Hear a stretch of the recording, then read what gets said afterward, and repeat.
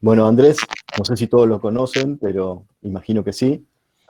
Es el adjunto y encargado del curso de PU-PA o PUR y PA del taller Nación. Es socio de Pablo en el estudio AFRA y es uruguayo. No sé si es un dato de color, pero es uruguayo. Los alumnos me gastan. Hay un meme que dice soy uruguayo porque como lo digo muy seguido ya sé que Ah, me gastan todo, así ok. que. Entonces, es uruguayo y nada, trabajamos juntos desde hace tiempo en diferentes talleres eh, y en algunos proyectos en particular. Y bueno, la convocatoria a la charla tiene que ver con el taller de Arquitectura 4 que estamos trabajando sobre las infraestructuras. Y este módulo tiene el título de habilitar, y en ese sentido es en el que convocamos a Andrés a dar una charla.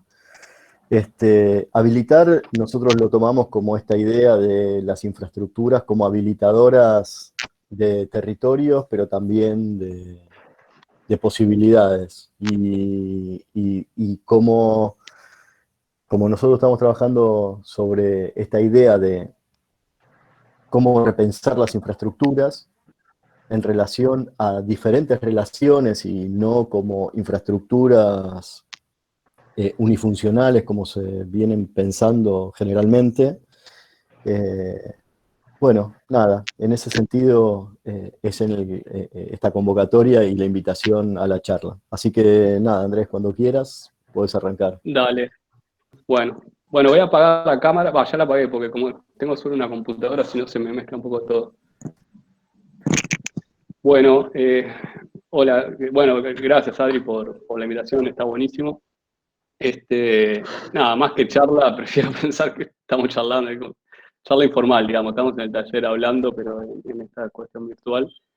Pero ahí el título, a mí había esto que le puse como el fin como inicio, que es un poco enigmático. En realidad tiene como dos sentidos que para mí son importantes y que ojalá se puedan reflejar en los proyectos. O sea, se los explico de antemano. Las charlas son tres proyectos de escala urbanística, digamos, pero que tiene como un alcance territorial desde el punto de vista en el cual los encaramos.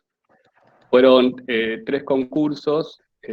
Uno es el del Zoológico de Buenos Aires, el Ecoparque, que es del 2017, creo. 2017, o bueno, sí, por ahí. Que tuvimos la suerte de ganar el primer premio, uno el primer premio porque había tres. El otro es un concurso que hubo en Montevideo el año pasado que hicimos con Monoblog, con Adri y con sus socios amigos, que está buenísimo porque ahora cuando veía las pantallitas, las caras, de repente había varios chicos que son alumnos que estaban ayudando o laburando, está bueno, es como esa cuestión de lo colectivo, que también ganamos un primer premio, estuvo re bueno, y que también había más de un ganador, había dos en este caso, y fuimos nosotros y otro equipo. Y el otro es un concurso que también hicimos el año pasado, que quedamos empalados en la costa acá de Buenos Aires, en Mar Azul, que no ganamos, no, sí, sacamos creo una mención, pero más allá de eso, a mí la verdad que es un proyecto que si bien no lo terminamos de redondear bien, me parece que estaba muy bueno. Y, y cuento esto porque, nada, la idea es mostrar un poco con proyectos reales, que desgraciadamente no siempre terminan eh, construyéndose, digamos, sobre todo los primeros dos que tienen una escala posible de construirse. De hecho, en el Ecoparque de Buenos Aires sí se hizo algo, pero no lo que estaba en nuestro, por lo menos en nuestro proyecto. Pero que está bueno, me interesaba mostrarles como, más que los proyectos descriptivamente, una manera de pensar estos proyectos. Y ahí es cuando viene este título como del fin como inicio. ¿Qué que por supuesto no es ni una fórmula, ni una metodología, ni nada, digamos, tan ortodoxo, pero sí es como un sistema de pensamiento que fuimos usando y que se repite, digamos, que es una manera como de empezar a entender algunos fenómenos y que lo más gratificante es que ese sistema de pensamiento eh, devenga en proyectos que después tengan un reconocimiento más allá de nuestro ámbito, más allá de lo que uno hace, ¿no? Entonces, eh, eso a uno le da un poco como a veces la confianza de que algunas cosas que uno piensa eh, están, por lo menos tienen una valoración, entonces eso está buenísimo. Y lo otro que me interesa, como también, sobre todo porque en el ámbito que estamos es el de la facultad, es que es exactamente lo mismo, digamos, que enseñamos y que hacemos en el taller. O sea, que hay algo que también es interesante, que es ver cómo lo que uno un poco comparte y promueve desde el ámbito académico, después cuando uno esas mismas herramientas las lleva a la realidad, son también posibles y útiles. Eh, bueno, el fin con inicio tiene que ver con dos cosas. Primero, con algo que todos los proyectos tienen en común, salvo el de Mar Azul, pero no, también el de Mar Azul también en realidad. Todos los proyectos son proyectos que están proyectados sobre algo que por algún u otro motivo entra en una etapa de obsoleto, o sea, como obsolescencia, creo que se dice, no sé la palabra exacta. Eh, Porque las dinámicas van cambiando, las ciudades van creciendo o van modificando, porque la cultura va cambiando. Entonces, por algún otro motivo, los lugares donde están los proyectos llegan como a un fin de un ciclo y a un inicio de otro, que es lo que justamente los proyectos y el concurso busca promover. Y por otro lado, eso es una noción como temporal. Y por otro lado, lo que me gusta del título es que el fin como inicio también tiene algo como ético, ¿no? Como el fin como la finalidad también, ¿no? Como poner en el inicio la finalidad de algo o el sentido, o sea, ¿para qué hacemos lo que hacemos? Y sobre todo en estos proyectos de cierta escala, que después lo que uno hace, supongamos que se construyeran, incide en la vida de muchísima gente y por mucho tiempo. Entonces, como reflexionar sobre el fin de lo que hacemos me parece que es como sumamente importante en este tipo de proyectos. Eh, Esta imagen que yo siempre la muestro en una charla que se llama Utopía, que damos en quinto año, la puse acá y ahora se van a dar cuenta por qué. Digo, es una imagen que me gusta mucho porque esto es yo no sé si es Londres o Manhattan, pero bueno, supongamos una metrópolis que empieza a tener un desarrollo industrial, en este caso, y esta infraestructura, obviamente, es una infraestructura que está como por delante del desarrollo. O sea, en realidad no es para solucionar un problema o para, digamos, generar una conectividad a una demanda, sino para promover el desarrollo de un lugar. O sea, claramente, seguramente en esta época, ese tipo de infraestructura tal vez no era necesaria. Uno ve, ¿no? Como unos lotes medio vacíos, algunas casas dispersas, pero seguramente 50, 60, 30, algunos años después se haya vuelto ya no necesaria, sino imprescindible. Entonces, me gusta pensar que las operaciones tienen como en esta escala y sobre todo en nivel de territorio y urbanismo, deben tener como un fin anticipativo, o sea, de alguna forma tiene que tener una propuesta anticipatoria, una propuesta o una mirada de lo que va a venir después. Este es el primer concurso que les dije, que este lo hicimos en el estudio, digamos, solo con nuestro estudio, obviamente con la colaboración de gente. Ahí empezó a trabajar Brian Cohen, que es ahora docente en tercer año y que por suerte sigue trabajando con nosotros. O sea, también eso es como lo lindo de esta carrera, que uno va como formando colectivos y eso se va como a distintos ámbitos. Y la imagen que decía de la utopía la puse por esta, porque se parecen mucho de alguna forma, ¿no? O sea, esto es los portones del zoológico, lo que ahora se llama ecoparque, pero digamos, es este lugar.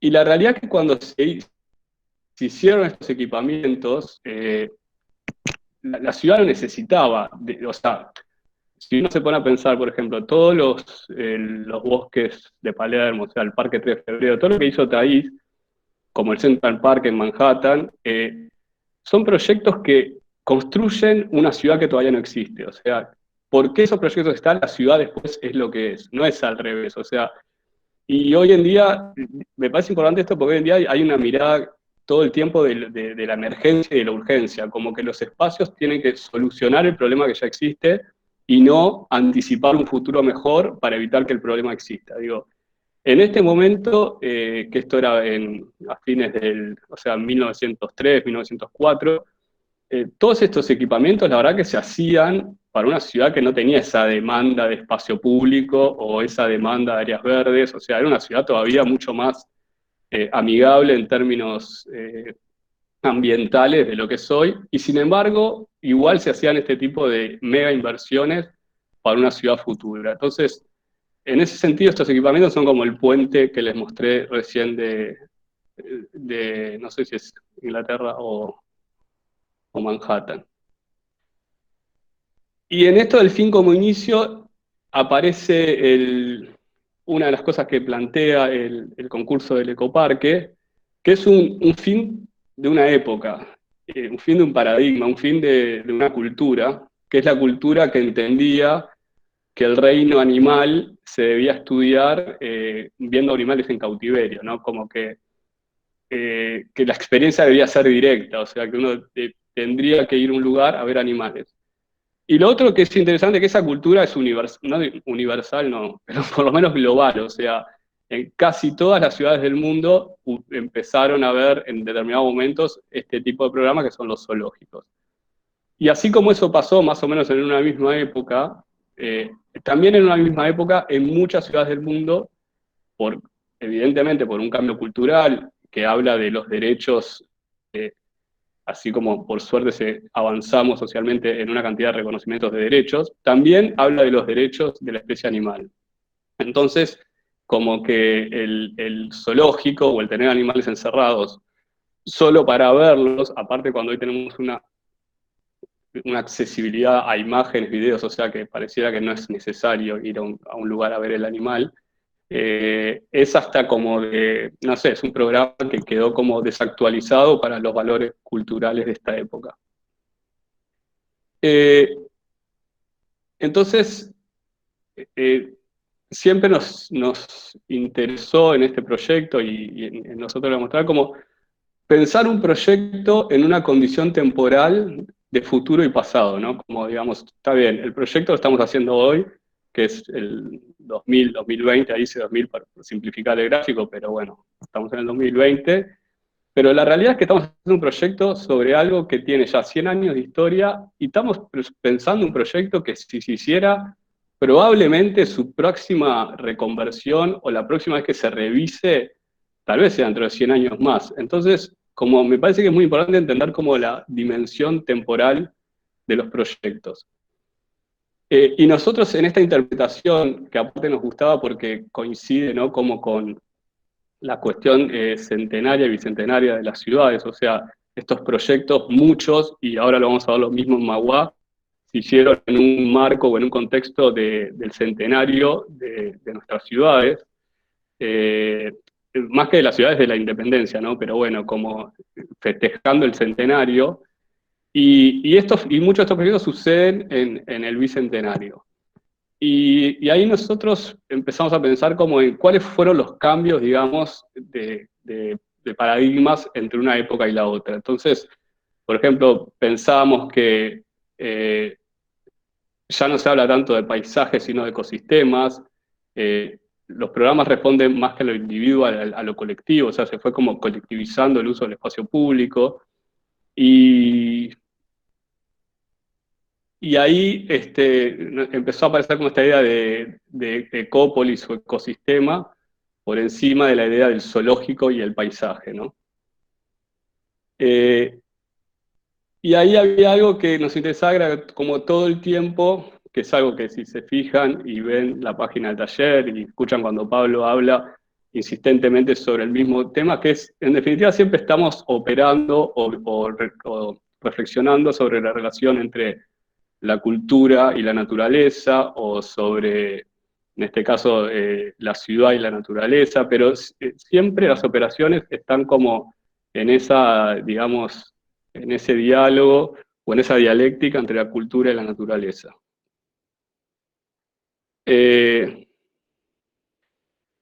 Después había algo que nos parecía interesante y que está acá resumido en este dibujito, es que entender cómo son las ciudades, ¿no? Como digo, una ciudad es muy difícil verla en partes, porque la verdad que es un sistema tan complejo y con tanta yuxtaposición de cosas, pero sin embargo uno puede hacer como una lectura esquemática, y ahora les voy a decir algo respecto a eso, para entender para qué sirven estas lecturas de síntesis. Que es que la ciudad tiene un tejido, después tiene un borde de altura en general, después tiene toda una zona, en esta zona no me refiero, no en toda la ciudad, de grandes equipamientos. Digo, ahí está la expoferia, ¿cómo se llama? La rural, ¿no? ¿Cómo se llama? Sí. No me acuerdo si acá le dicen la rural, pero a veces me confundo. Después los bosques y después el río. Entonces, ese tipo de lectura, por ejemplo, nos parece, si uno lo tiene claro o realmente cree en este tipo de lecturas, después, por ejemplo, cuando se hizo el concurso para la mezquita, ahí al frente a la mezquita donde está el ISI, el Jumbo, este esquema se vería alterado, que no digo que esté mal porque se altere un esquema, digo que empieza a aparecer que el tejido aparece donde dice grandes equipamientos, GE. Y ese, por ejemplo, para mí es un error, si uno entiende la ciudad en su conjunto. O sea, me parece que lo interesante de esa franja, digamos, para articular la relación entre el río y la ciudad de tejido, es este sistema de grandes equipamientos. No estoy diciendo que el más feliz de esos equipamientos sea el ISI, pero me parece que es casi peor que aparezcan 3 manzanas más de edificios en la ciudad, que no creo que le aporten mucho a la ciudad. Este es un dibujo, esto también está bueno, esos son algunos de los dibujos originales de Thaís, y aparecían como dos cosas en estos dibujos, que por eso siempre está bueno también como en la lectura, revisar un poco los archivos, ¿no? Y estudiar. Que es que Thaís siempre entendió algo que parece una obviedad, pero que no sucede, que el parque llega al río, o sea que en definitiva el sistema de espacios públicos es lo que construye un borde sobre el río, eh, cosa que después no sucedió y se vio alterada y tiene la autopista y bueno, después tiene el aeropuerto, una cantidad de cosas. Y lo otro que es bien interesante es la cuestión programática, que todos estos parques higienistas del siglo XX, del principio del siglo XX, tienen una carga programática muy fuerte. O sea, si uno los estudia y los ve con detalle, aparecen como programas de una escala monumental, ¿no? El Rosedal, no sé, aparecían, en algunos había pistas de caballos, o sea, había toda una cantidad de cuestiones programáticas que para la época eran como sería como un shopping al aire libre lo que proponían, y que bueno, y que de alguna manera siguen funcionando, pero con un soporte lo suficientemente flexible como para adaptarse también, que eso también está bueno como en el pensamiento del espacio público, ¿no? Que debe ser propositivo, porque la gente busca, digamos, actividades, pero también debe ser lo suficientemente flexible para que eso se pueda ir modificando en el tiempo, porque naturalmente eso va a pasar.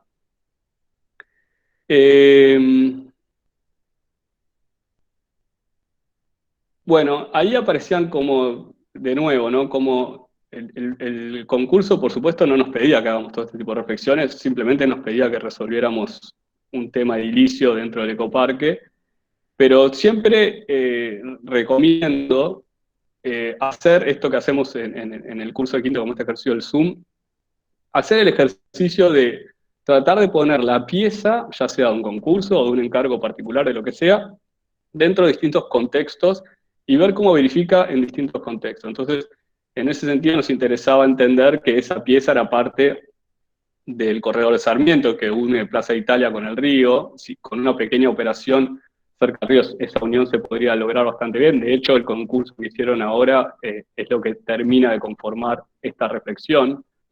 Si ustedes se ponen acá, esto es de mucho antes que este concurso se hizo el otro día, y dice área de descanso de Punta Carrasco. O sea, de alguna forma ya teníamos como una intención de integrar esa área al resto del sistema de estudios.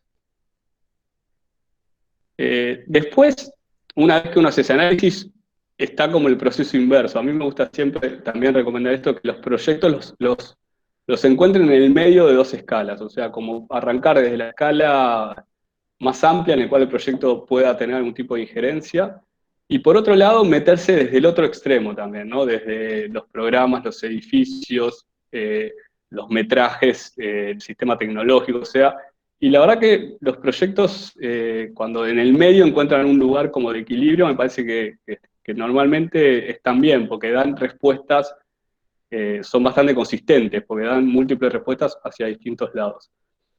Entonces después, cuando uno analiza desde el otro lado, bueno, básicamente el predio tiene como dos grandes vacíos, que son donde están los lagos, son como estos dos óvalos, y después tiene una enorme cantidad, no me acuerdo la cantidad de edificios, pero tiene, no sé si eran 40 y pico, algo así, tiene una cantidad de edificios, que son los pabellones, que son donde están las distintas especies animales, que también son en sí mismos como una especie de catálogo de arquitectura de distintas épocas, inclusive muchas veces tematizados por el origen del animal que albergan, ¿no? Digo, si viene de la sabana es de una manera, o si viene de las selvas de otra. O sea, había toda una cantidad de edificios que desde el concurso les daban un gran valor patrimonial, que yo creo que es dudoso, pero bueno, creo que es dudoso en algunos casos, no digo en todos, digo,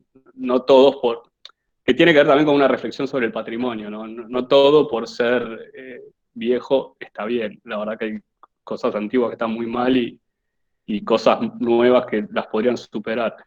Y acá también se planteaba algo que si se fijan está bueno, porque es como empezaron a agarrar el proyecto, que era como entender la conexión con alguna obviedad, pero bueno, que en nuestro proyecto le dimos bastante bola, como cómo conectar todo esto hacia los bosques, hacia el Parque 3 de Febrero y hacia Plaza Italia.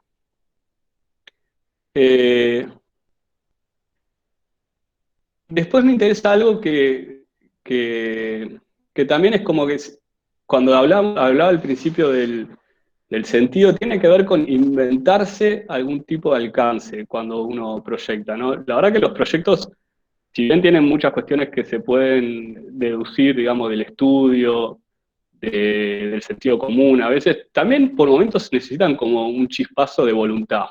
No digo de capricho, pero decir, bueno, a mí me interesa esto, que por supuesto está vinculado de alguna manera, pero no te lo piden en las bases.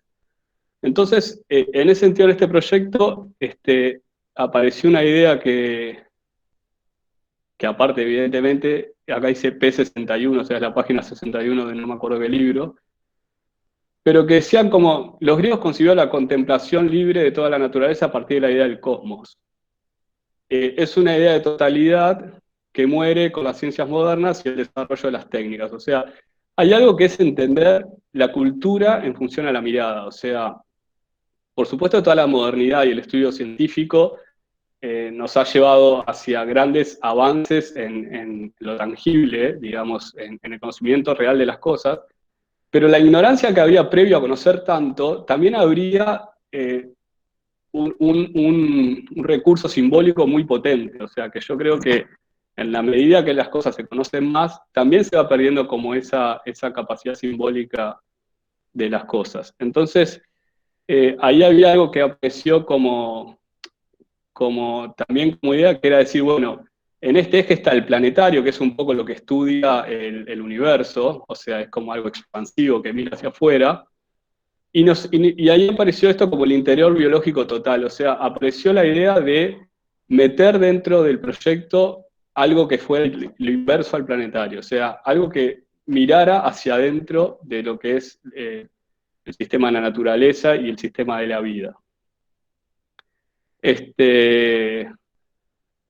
Y el otro elemento que aparecía, que es muy de la época, es como la salvajización de la tecnología. Es como entender la relación que hay entre el mundo salvaje y la informática, que es como otro sistema de vida paralelo. Bueno, nada, acá había como distintas escalas. Y acá algo bien importante, perdón, voy hacia atrás, que es en sí mismo una cuestión proyectual, que es, si ustedes se fijan, el concurso se llamaba Ecoparque y nosotros lo bautizamos, inclusive inventamos este logo, que no es gran cosa, pero transmite una idea con claridad, que era lo de Biópolis. O sea, ya en el estudio y en la propuesta nos parecía que la idea del ecoparque era como que no alcanzaba para lo que realmente podía ser ese lugar en términos de espacio simbólico del vínculo entre la cultura y la naturaleza en el centro de la ciudad de Buenos Aires. Y ahí lo rebautizamos. Después aparecían algunos temas más que eran como el tema de la estratificación y la altura, o sea, entendíamos que es un espacio público que no se puede solo entender desde el nivel cero, sino que uno debiera poder entenderlo en distintos niveles en cuanto a la altura. Después aparecía el tema de entender que es una pieza que tiene que dar múltiples respuestas en la ciudad, o sea, que tiene por un lado la escala barrial que viene del lado de Cerviño, digamos, y esa zona de Palermo. Después esto que dije recién, como la relación que tiene hacia el Botánico, hacia Plaza Italia, pero sobre todo hacia el Botánico, que es como es un programa complementario, pero también un espacio en términos proyectuales y áreas verdes casi continuo. O sea, es muy ilógico que este predio no esté conectado al Botánico, aunque sea con un puente, ¿no? Digo, están pensados como casi dos programas de espaldas cuando son lo mismo prácticamente, o muy complementarios. Digo, en uno ibas a estudiar el reino vegetal y en otro el reino animal. Y después esta cuestión del eje, que es esto de Sarmiento, que es la pieza que unifica, digamos, el tejido de la ciudad con el río. Entonces, eso nos daba como las pistas para entender los 4 bordes que presenta este predio. Bueno, estos son algunos dibujitos.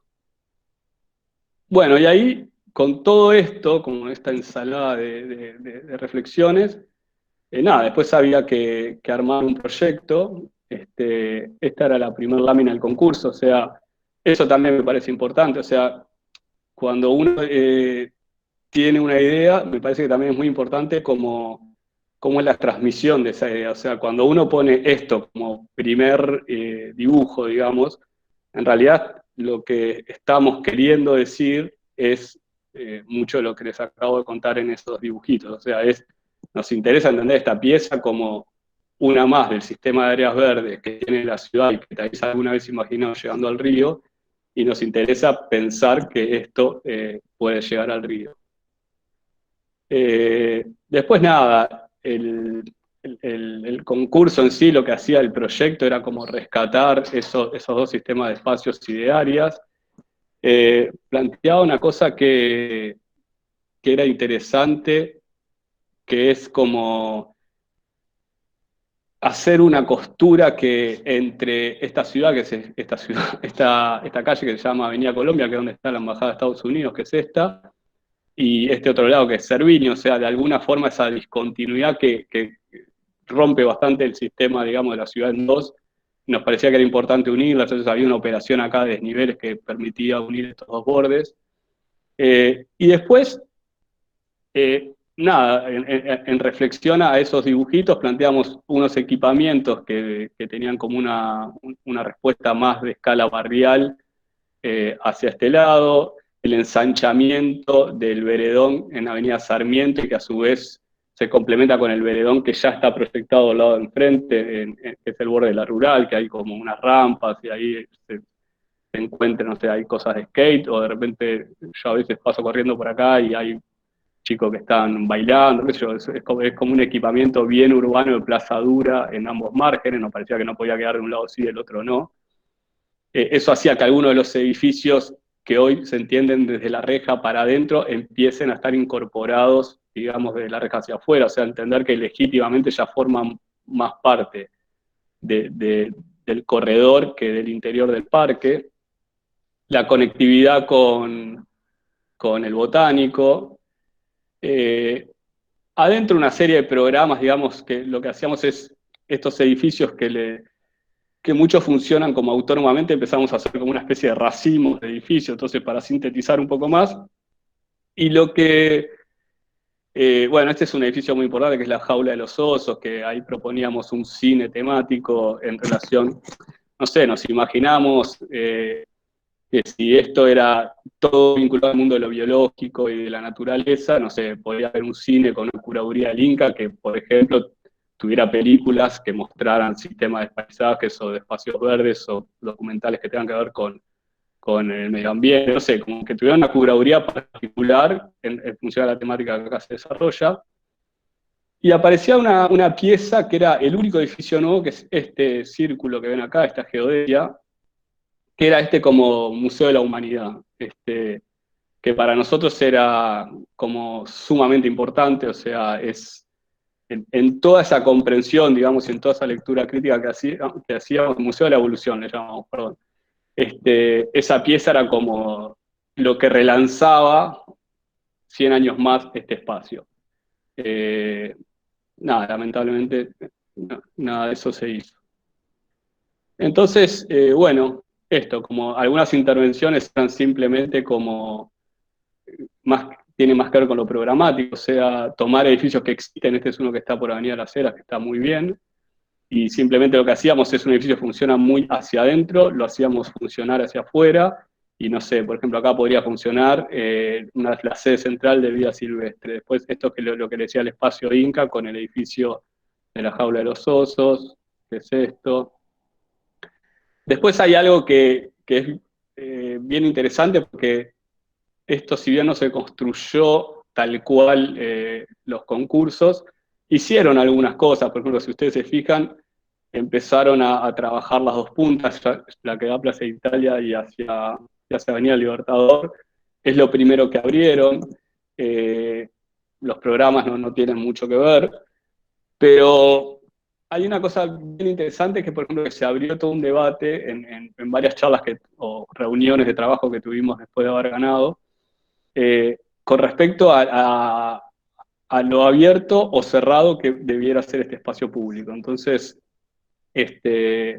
apareció el tema de la reja, todos decían que no, que la reja tiene un valor patrimonial, entonces que no se podía tocar la reja, y es interesante porque fíjese el grado en dónde se está centrada la discusión a veces, ¿no? En vez de pensar la relación de apertura del espacio público, en realidad se está hablando de la reja, es como bastante ridícula esa charla por momentos. Que no digo que esté mal que el espacio sea cerrado, capaz que está bien. Nosotros la verdad que nos parecía que una de los gestos proyectales más interesantes que se podía hacer es entender que la reja que hoy delimita un perímetro muy fijo y que deja como 4 metros o 3 metros para afuera, que es la vereda y todo el resto hacia adentro, se podía transformar en una cinta, que es, de hecho, eso en la planta, bueno, acá no se llega a ver, pero había todo un layer que es cómo esa reja empezaba a operar, y más que una línea que conforma todo el perímetro, empezaba a ser una cinta que delimitaba qué dejabas afuera y qué dejabas adentro.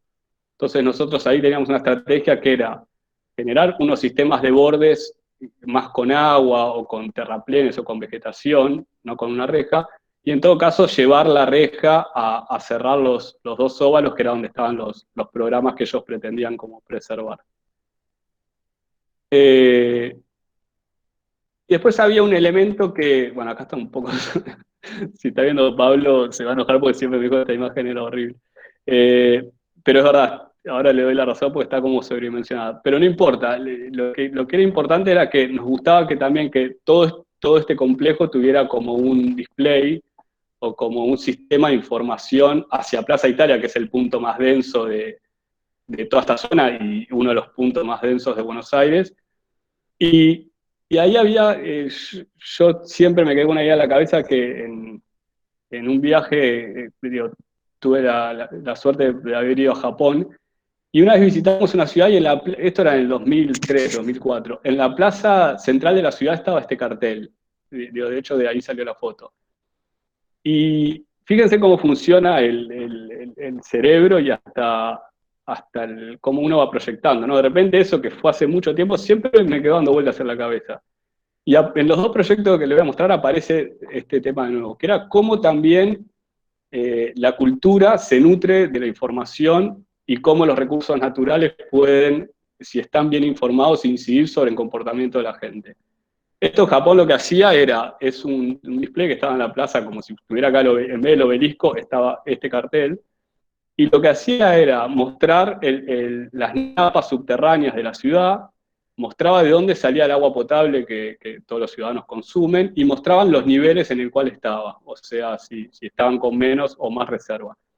Entonces, en una sociedad altamente, digamos, desarrollada y con un nivel cultural muy alto, que eso también, para eso también sirve la cultura, para permitir estas cosas, la gente me imagino que iría como regulando su comportamiento en cuanto al consumo del agua en función de esto. Entonces, eso nos gustaba un poco como traer estos lugares, como la información del medio ambiente al espacio público para incidir sobre la gente.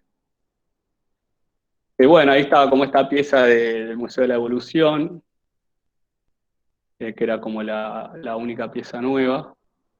Y esta imagen que también me gusta bastante, que terminaba como de cerrar el cuento desde donde empezó, ¿no? Que tal vez la relación con el río, más allá de que en algún momento en Sarmiento se pueda, cuando se llega ahí al final que hay un túnel y hay que hacer una curva porque está el aeroparque, que igual es bastante sencillo, creo yo, poder conectarlo mejor de lo que está hoy. Por lo menos en este espiral, que era el museo básicamente, era una piel exterior, una geodesia, un todo espiral que da vuelta alrededor, una especie de Guggenheim de Wright, pero invertido, o sea, todo eso mirando hacia afuera, toda una bola interior que es como un núcleo, obviamente tiene una retórica, digamos, en relación a la naturaleza y a la estructura de un átomo como bastante obvia. Y entonces adentro estaba todo el sistema de información, no sé, del ADN o el genoma, todo lo que tiene que ver con la estructura biológica, celular, molecular del ser humano.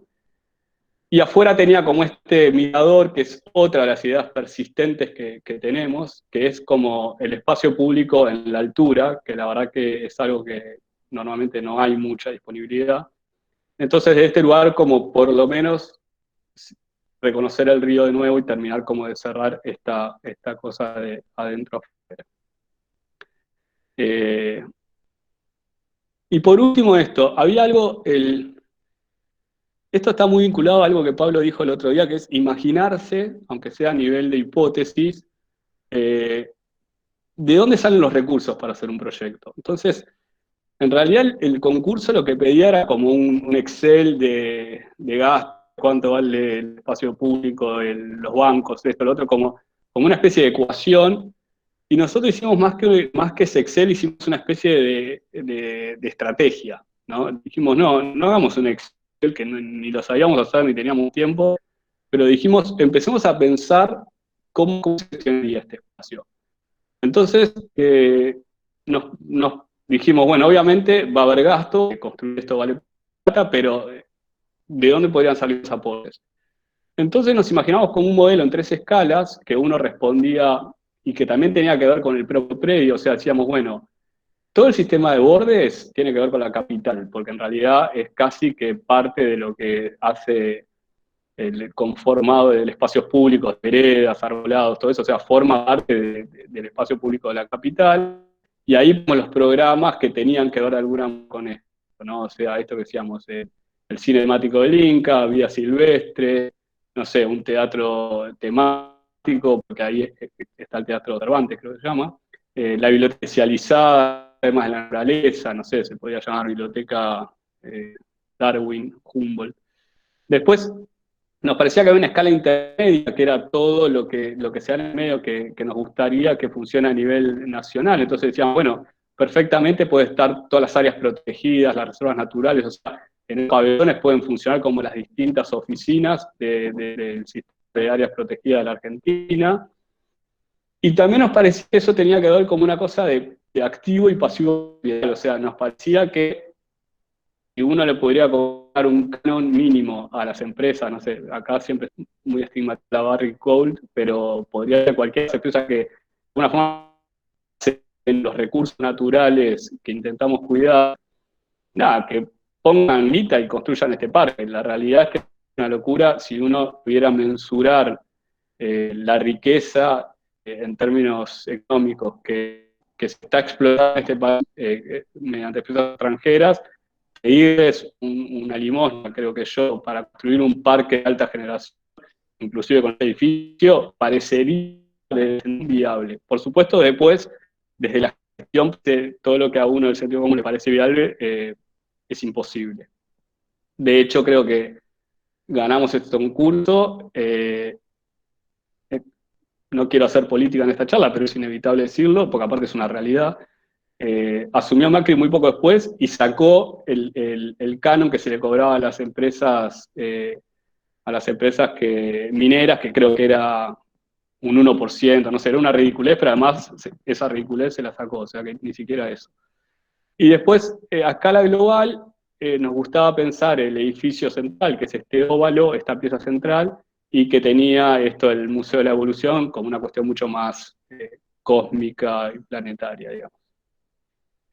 Y después nada, etapas, que esto también es algo como importante, pensar que este proyecto estaba pensado para hacerse en 15 años, y si bien no teníamos un Gantt de cómo iba a ser esos 15 años, por lo menos sí teníamos una serie de punteos y estrategias. O sea, primero la conformación de los bordes, que algo de esto es lo que se hizo en la realidad, y replantear los límites y la consolidación de los programas de bordes, después la consolidación del parque, de la interioridad, y por último, la consolidación de los grandes equipamientos, que era esta torre de concientización que le llamábamos, el Museo de la Evolución y el espacio temático. Bueno, el segundo proyecto, una de las cosas que me gusta, por supuesto todo lo que le estoy diciendo es mi interpretación. Capaz que, no sé, lo hicimos junto con Monoblog, si Adri lo contara, no sé si lo vería de la misma manera. En todo caso, lo que está bueno, y sobre todo lo que está bueno cuando se proyecta en equipo, es que todas las miradas que finalmente quedan reflejadas en el proyecto. Pero en nuestro caso, habiendo tenido la experiencia esa anterior, cuando apareció este proyecto, que es en Montevideo, es un proyecto que ahora le voy a mostrar dónde es, también aparece, así como aparecía esa frase, en este caso aparecía en una serie de cosas que habíamos estado estudiando, como esta frase muy linda, que es una frase que José Valle Ordóñez, que es el estadista más importante y el político más trascendente que tuvo el Uruguay, y que construyó, es como nuestro Perón, pero desde un lugar muy distinto. Primero porque a nivel cronológico es muy anterior. Y segundo porque, no sé, porque la incidencia que tuvo sobre, no sé si tan distinto, pero la realidad es que es un presidente que tuvo mucha incidencia en la modernización de Montevideo y de todo el Uruguay. No solo en términos de espacio urbano, sino en términos edilicios, en términos de derechos. O sea, bajo su gobierno por primera vez votaron las mujeres en el 30, que era algo muy como anticipatorio, porque no era normal, creo que ni siquiera acá eso estaba promulgado. O sea, una cantidad de avances en la sociedad que hizo este tipo, y que decía, Montevideo por ahora parece una casa con sus ventanas del frente cerradas. Se podría aumentar el jardín, pero sus habitantes seguirían viviendo como antes. Pero abriendo las ventanas del frente, la casa cambia completamente de aspecto y se hace más habitable. No será la ciudad que debe ser hasta que sus ventanas del frente no hayan sido abiertas. Y aparece de nuevo lo mismo, ¿no? Aparece esto, que a partir de esta frase se hace una de las operaciones más trascendentes a nivel urbano. Yo diría la operación más trascendente a nivel urbano que se hizo en Montevideo y que transformó la ciudad para siempre. O sea, Montevideo, a grandes rasgos, para los que no conozcan, aunque creo que la gran mayoría seguramente sí, tiene el área portuaria y la bahía. Esto es como la zona rural de Montevideo que llega hasta acá, que es el río Santa Lucía. Después tiene la ciudad vieja, que es la ciudad antigua, que alguna vez fue una ciudad amurallada, que es todo este sector, es esta puntita en realidad. Y después las expansiones, ¿no? Las tierras la tierra de ejidos, las tierras de propios, que eran suertes de chacras o de estancias que se daban y que de alguna forma fueron como avanzando sobre el tejido. Y después tiene todo un desarrollo costero, digamos, la playa empieza acá más o menos, es la primera playa de Montevideo, es esta en realidad, es la playa Ramírez, donde está el Parque Rodó, y empieza todo el desarrollo costero de arena y, digamos, de playas oceánicas que va hasta el límite del Uruguay con Brasil en el Chuy, ¿no? Bueno, este sector que ven acá es una pieza que se llama la Rambla Sur, que como la ciudad amurallada funcionaba acá, en realidad lo que empezó a pasar, como pasa siempre, nada más que esto ahora pasa más lejos, es que a las afueras de la ciudad amurallada se empezaron a establecer todos los usos vedados de una ciudad, ¿no? Los prostíbulos, empezó a aparecer ahí toda la cultura afro, el candombe, o sea, todo eso pasaba de la muralla hacia afuera, ¿no? Era como lo prohibido. Entonces eso hizo que en toda la Rambla Sur eh, había una cantidad de asentamientos, digamos, de gente, nada, trabajadora, tal vez como más humilde, que había como negado esa posibilidad de relación con el río. Y esto, si ustedes se fijan, yo creo que la foto de la charla es una foto sacada desde acá. Digo, esto es lo que hizo esta obra, esta mega obra de infraestructura, digamos, que fue ensanchar la ciudad por encima del río y conformar este nuevo borde, que para hacer esto hubo que expropiar o comprar 930 fincas, se hicieron 18 hectáreas de nuevo suelo, bueno, ahí está, ¿no? Miles de metros cúbicos de dragado, relleno. Bueno, nada, de nuevo funciona como el ecoparque, ¿no? Como la foto del ecoparque con los portones y todo campo alrededor. Digo, si uno se fija, es una obra de infraestructura, digamos, que resolvía un problema que todavía no existía, o sea, porque costa había bastante, la ciudad tenía un tejido relativamente de poca densidad, y sin embargo, esa visión como anticipatoria es lo que le da la impronta a la ciudad que hoy conocemos.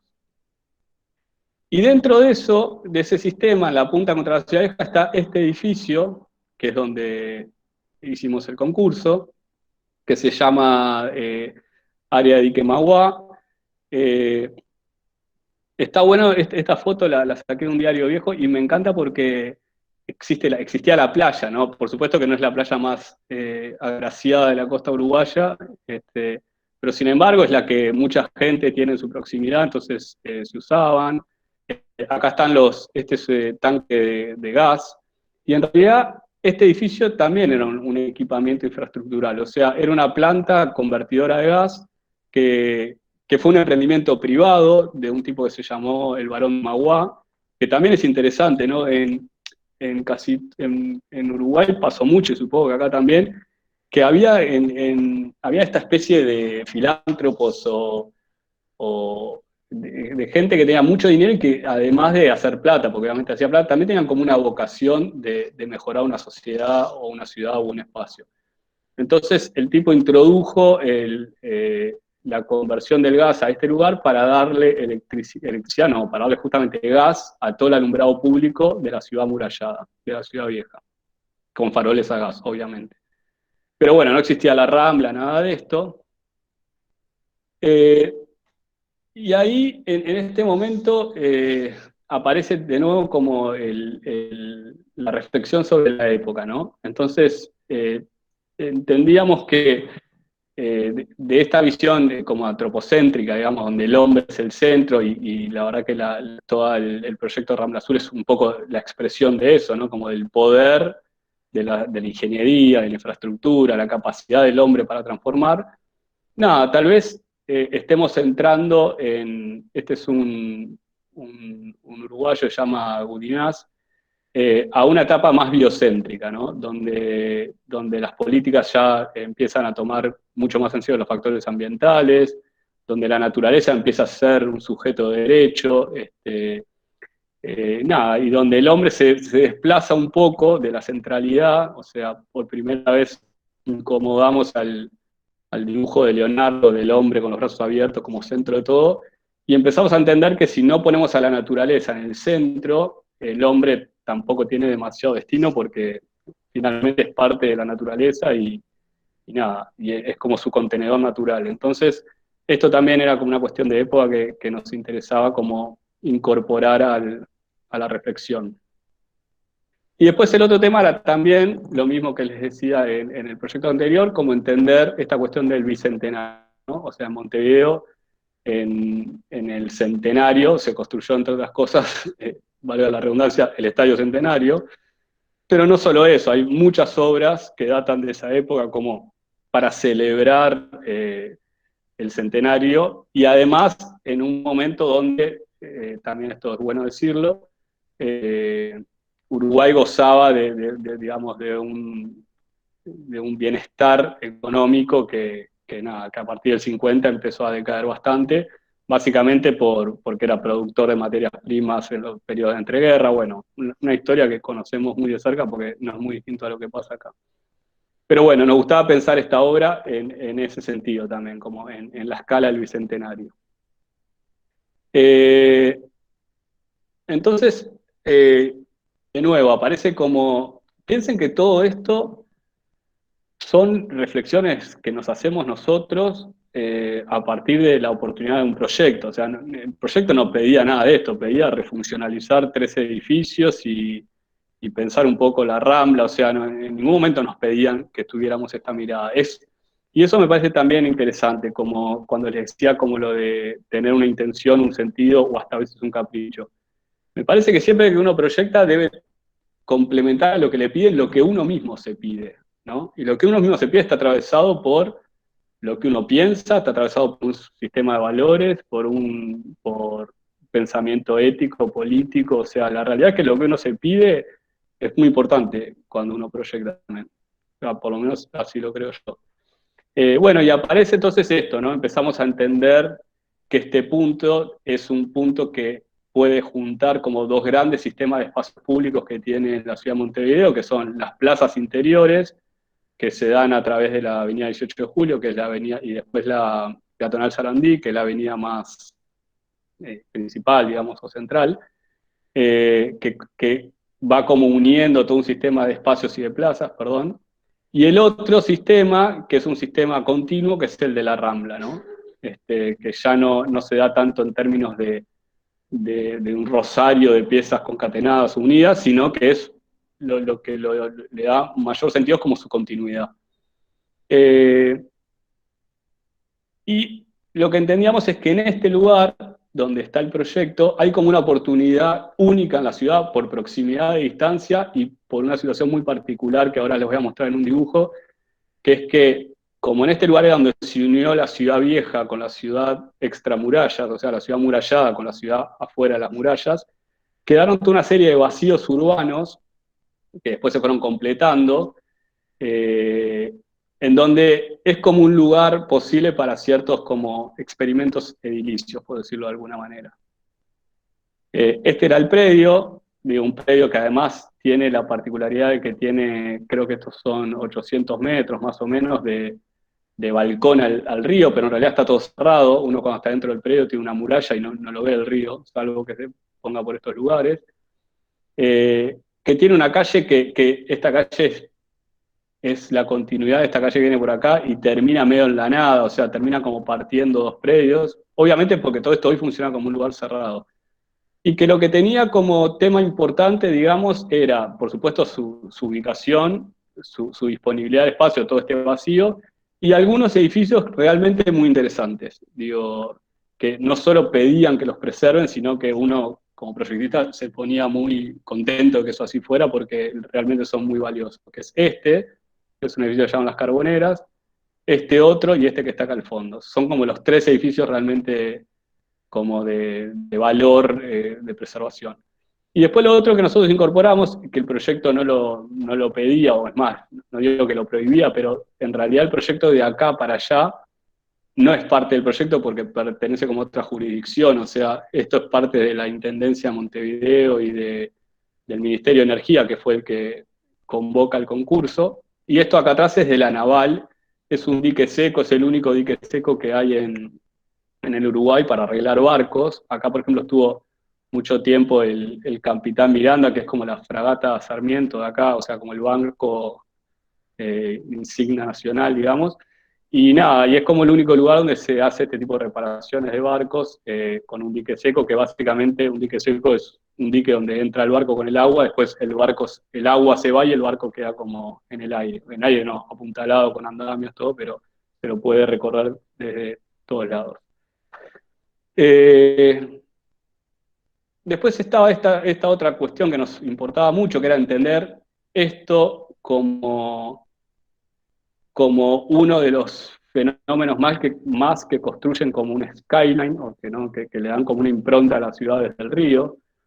O sea, hay una cosa que está buena, que yo, si bien soy de Montevideo, ya vivo hace mucho tiempo acá, y ya poco incorporé como esta mirada de la valorización del río. La verdad que los montevideanos, por más que se presentaron excelentes arquitectos, casi ninguno tenía como un registro de esta situación. Todos lo pensaban más desde adentro de la ciudad, ¿no? No había como un registro muy fuerte de entender el edificio desde el río. Bueno, acá obviamente los procesos empiezan a evolucionar y los proyectos empiezan a evolucionar, entonces desde los primeros esquemas empiezan a aparecer como estas verificaciones, o sea, entender esto que es el proyecto dentro del sistema de espacios públicos de toda la ciudad. Empezaban a aparecer, tal vez un poco forzada al principio, como casi la necesidad de construir como una pieza de contención de mayor escala, que después, entonces lo interesante es que cuando uno va y ve el borde, estos son proyectos, nada, como Photoshop, así rápidos, unos parches iniciales, pero cuando uno ve el borde empieza como a entenderlo que ya no es un edificio en sí mismo, sino que es parte, es un borde de este sistema que a su vez es una parte de este sistema más amplio. Y después todo lo que tiene que ver con la carga programática. O sea, yo creo que en los dos proyectos que les mostré, en este y en el otro, yo creo que gran parte de la razón por la cual nos fue bien es porque nos inventamos programas que no nos pedían. Entonces, en este caso, nosotros como el convocante era el Ministerio de Energía, que básicamente es el que tiene la gestión de los recursos minerales del país y que promueve el desarrollo de energías alternativas, o sea, tiene una cantidad de alcance que tiene que ver con el impacto territorial. Entonces nos parecía que estaba bueno que el programa incorpore más aspectos de la gestión del territorio. Bueno, acá lo mismo. Por eso me gusta mostrarlo. Aparece lo mismo, aparece el tema del edificio que pueda subir y la altura, aparece el tema de los distintos niveles en el espacio público, no entenderlo siempre en un solo nivel, que se venían estos dibujos muy, muy iniciales. Me parece esto que es como de nuevo, ¿no? En el otro llamábamos Biópolis, y acá surgió una idea que es como Biosur, ¿no? Que es entender como el metaprograma, ¿no? Decíamos, bueno, de nuevo, ¿no? Como entre lo cultural y lo natural, como la cuestión biológica y los recursos del cono sur. Y después, algo que tiene que ver con una cuestión casi, si se quiere, geopolítica regional. Montevideo, como es una ciudad chica y Uruguay es un país chico, muchas veces oficia como estratégicamente es como amigable con todos, se lleva bien con Brasil y con Argentina, o sea, no tiene estos conflictos que tienen Brasil y Argentina como por disputarse como su rol de potencia en la región. Entonces, el Mercosur tiene su sede central en Montevideo, lo mismo el Parlasur, que son organismos que programáticamente intervienen en la conformación digamos, de todo el continente, ya sea a nivel de dictado de leyes y parlamentarias o a nivel del comercio, que es lo que hace el Mercosur, y ahí aparece la idea del Biosur, o sea, complementar este binomio con Biosur como una triada de organismos que pudieran gestionar los recursos de toda la región. Entonces Biosur lo que hacía era como esta gestión de los recursos naturales. Entonces, de nuevo, aparecen como las múltiples escalas, o sea, entender el tema de la cuenca, o sea, entender que Montevideo en definitiva es parte de este sistema de cuenca que se arma entre Uruguay y Argentina, que es todo el estuario del Río de la Plata. Y después entender esto, que todo el territorio uruguayo, en definitiva, tiene como su cabecera en Montevideo, que es la ciudad puerto, lo mismo que acá, como un embudo en donde todo confluye en este lugar, y que esto está en la parte central y es como el edificio casi peninsular, o uno de los edificios peninsulares de esta situación. Entonces, nos gustaba entender el edificio como el frente de todo un país y no, no solo de Montevideo, ni mucho menos de la Rambla Sur o de la zona céntrica de Montevideo. Entonces ahí empezamos a estudiar como todo el territorio y sus partes en términos geográficos, o sea, que es un poco lo que estamos haciendo en el taller, ¿no? Como las ecorregiones, bueno, acá como las distintas clasificaciones de suelos y los distintos tipos de paisaje que tiene el Uruguay. Eh, Y aparecía esto, ¿no? Como esto de entender que también este lugar es como una transición entre lo rural y lo balneario. La realidad es que a partir, no digo literalmente de este punto, pero casi de este lugar, si uno analizara toda la costa del Uruguay, desde Artigas, que digamos que tiene toda la costa de Río Uruguay y después Río de la Plata, hasta el Chuy, en este lugar es donde se produce como la transición o el quiebre entre las playas más de río, las barrancas o más de tierra, y las playas más oceánicas y arenosas. Entonces existía también como esa idea, que esa idea después uno dice, bueno, está bien, pero proyectualmente ¿para qué me sirve? Bueno, nos sirvió para entender que este punto en realidad era todo parte de una rambla mucho más amplia de 5 kilómetros. Y lo que nos interesaba a nosotros como proyecto era ese sector de Rambla Sur, como la nueva Rambla, de nuevo como en el ecoparque, que relanzaba como un nuevo pensamiento sobre la ciudad. Entonces, es esto, ¿no? Del cementerio central, que es un cementerio que anda, es esta manchita acá, hasta las Colleras Sarandí, que es este espigón que sale acá. Teníamos estos 4 kilómetros, no 5, y el edificio del Dique Maguara como un poco el centro de esa pieza.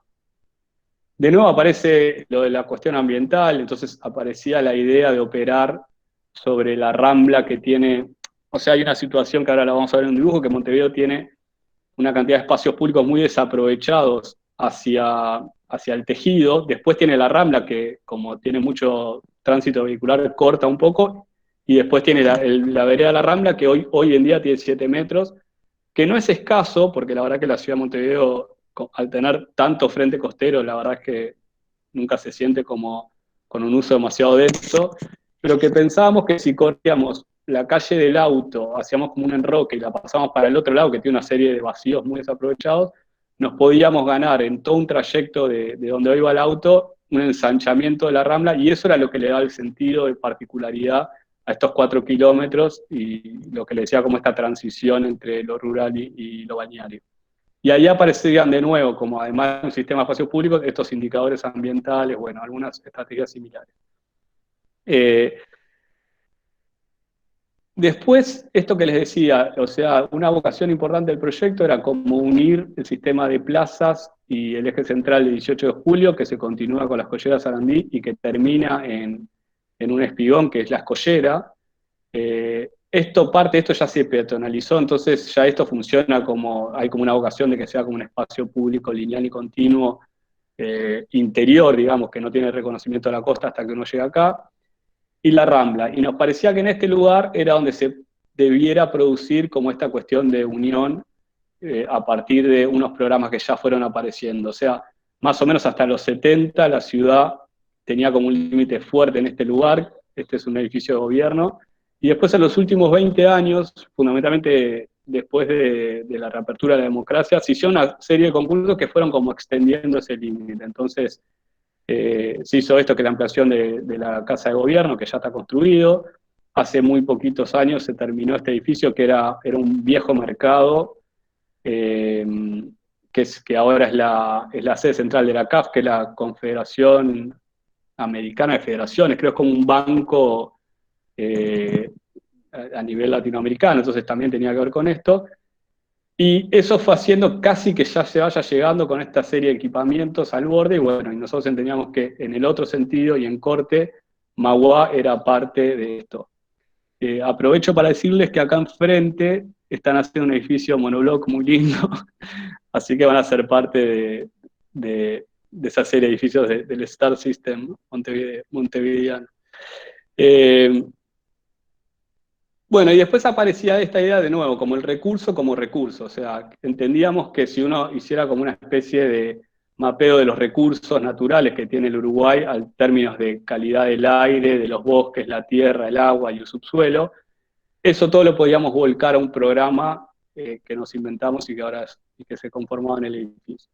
Entonces, estos también nos empezó a dar como unas distintas topografías internas, o sea, por un lado entendimos una cuestión de corte que tiene el terreno, que si bien parece muy plano, la realidad es que como es muy largo, tiene un desnivel bastante importante entre un lado y otro, y después eso nos empezó a dar también, esos vacíos, nos empezó a dar como inventar el tema de los programas desde el agua, lo geológico, los suelos, el bosque y el aire. O sea, como una serie de patios que fueran como una especie de probeta donde está encerrado cada uno de los distintos sistemas que después están dispersos por todo el país. Es una especie como de es esto que yo en quinto estoy tratando de incorporar como la idea del condensador, o sea, es como un condensador territorial, que después, a partir del estudio de lo que sea acá, las cosas salen y se catalizan en distintas cosas en todo el país. O sea, me gusta esa idea, como condensar y catalizar, y tenía que ver un poco con eso.